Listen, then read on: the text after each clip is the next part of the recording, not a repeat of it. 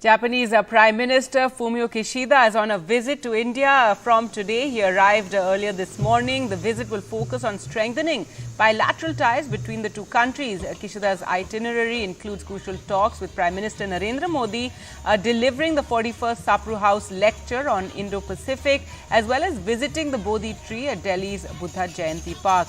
Maha brings us more on the Japanese Prime Minister's visit.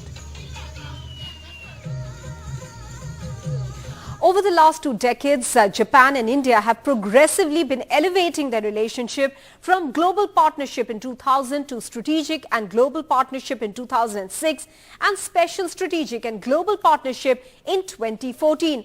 But it is with the common threat of China in the Indo-Pacific that the engagement between the two has picked up greater momentum.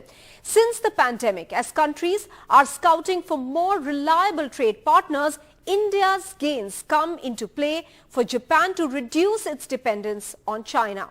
With China's territorial and maritime hegemony increasing in the region, there was more reason for India and Japan, both of which have territorial disputes with China, to come closer. From being partners in Quad to conducting joint naval exercises, Malabar, and the two in fact have been forming a closer relationship.